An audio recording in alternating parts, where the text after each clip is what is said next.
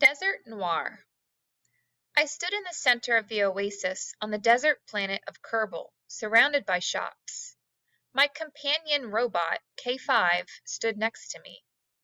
We were lucky to have found this place. After 2 days of walking through the desert, I was beginning to think it was curtains for us. We had made the emergency landing a few days earlier after our spaceship was shot down. The details of the landing were hazy.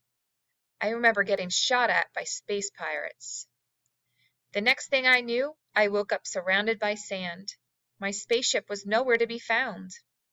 Luckily, old K5 was there to help me. He took a visual reading of the planet and discovered this oasis.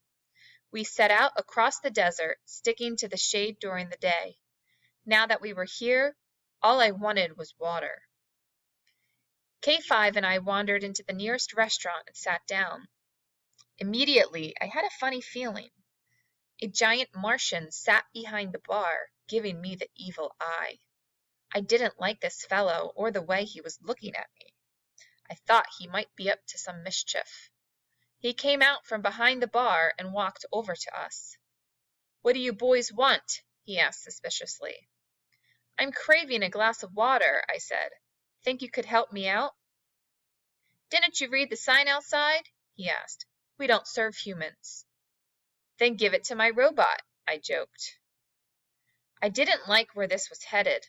The last thing I needed was for tempers to escalate.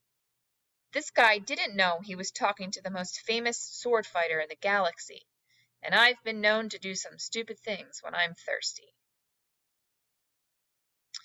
Number 1. What is the environment like on Kerbal?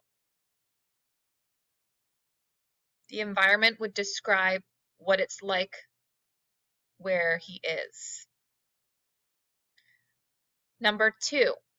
Why did the narrator make an emergency landing?